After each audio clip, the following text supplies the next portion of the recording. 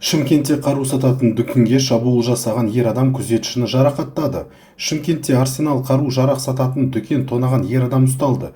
Дүкенге шабуыл кезінде ол дабыл бойынша келген екі күзетшіге оқ атқан. Мәліметке сәйкес, ер адам қару сататын дүкенге келіп, сатушыдан Сайга маркалы қаруды көрсетуді сұраған.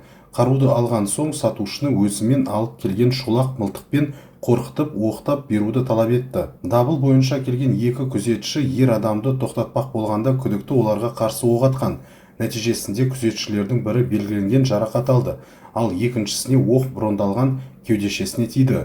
Ішкі істер министрлігінің мәліметінше 14:40 шамасында Иляев Рысқұлбеков көшесінде орналасқан қару-жарақ дүкеніндегі дабыл батырмасы іске қосылған.